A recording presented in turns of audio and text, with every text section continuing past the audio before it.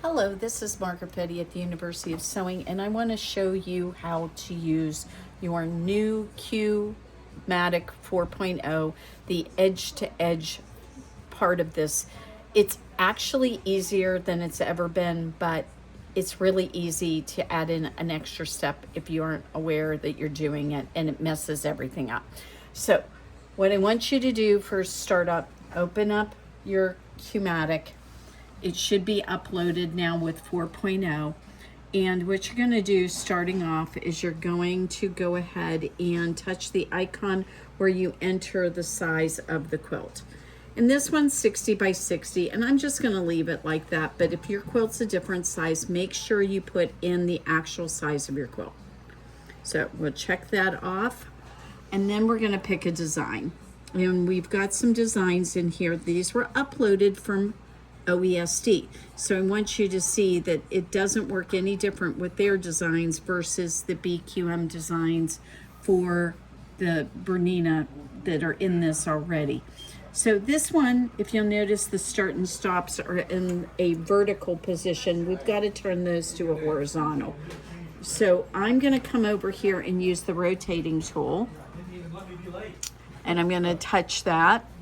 And I'm going to take and rotate this by 45 degrees twice, which is 90 degrees.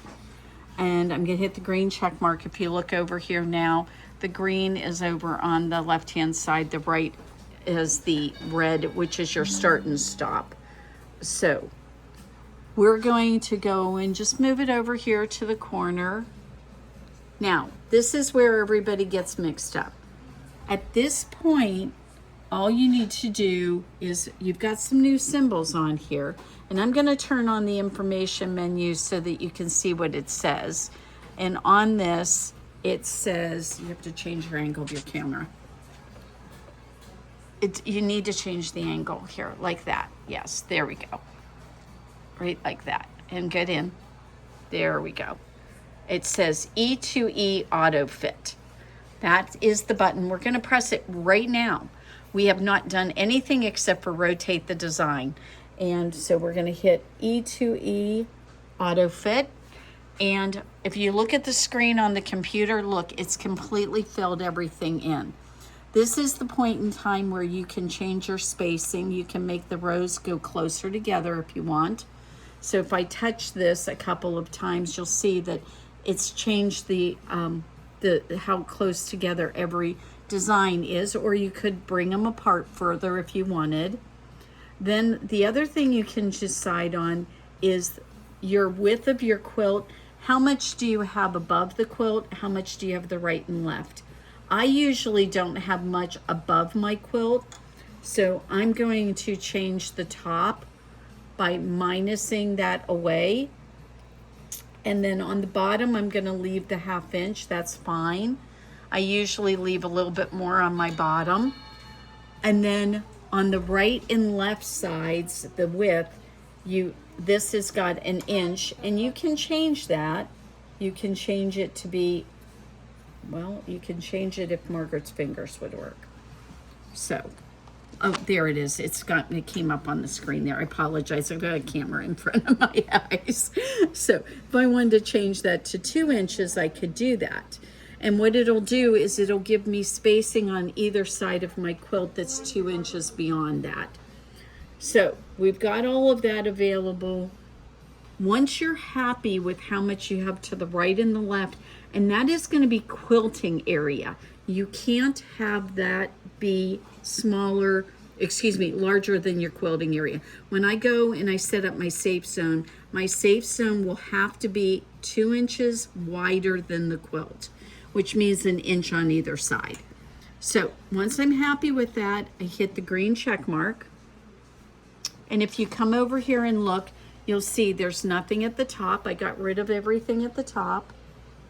I left things on the sides. Now, you could look at that and say, well, Margaret, I don't want to quilt all that stuff right there.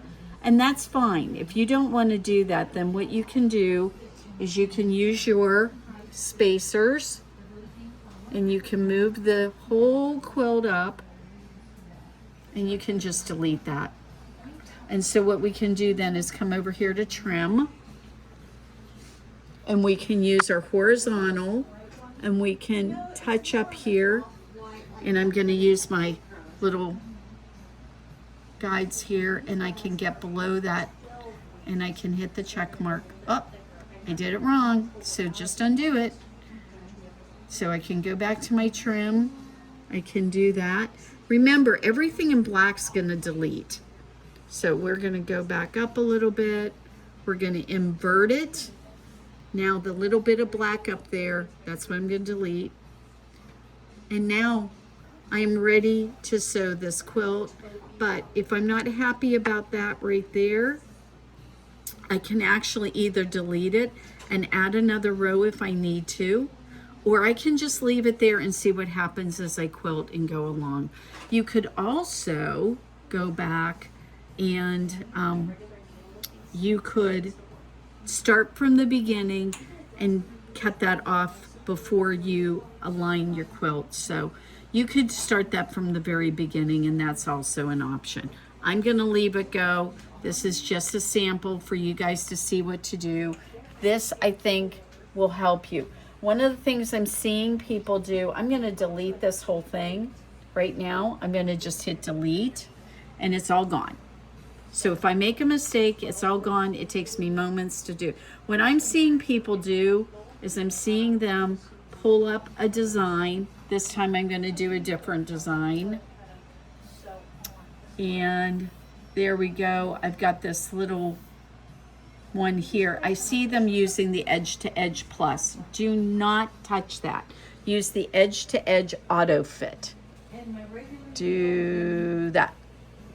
And see, now that'll fill everything in and you won't get weird starts and stops. So now we have to decide how much we want extra on the top and on the bottom, and you can adjust your spacing. I hope that helps.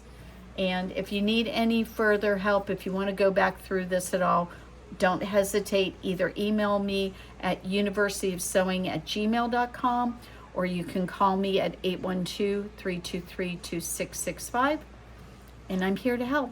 Thanks.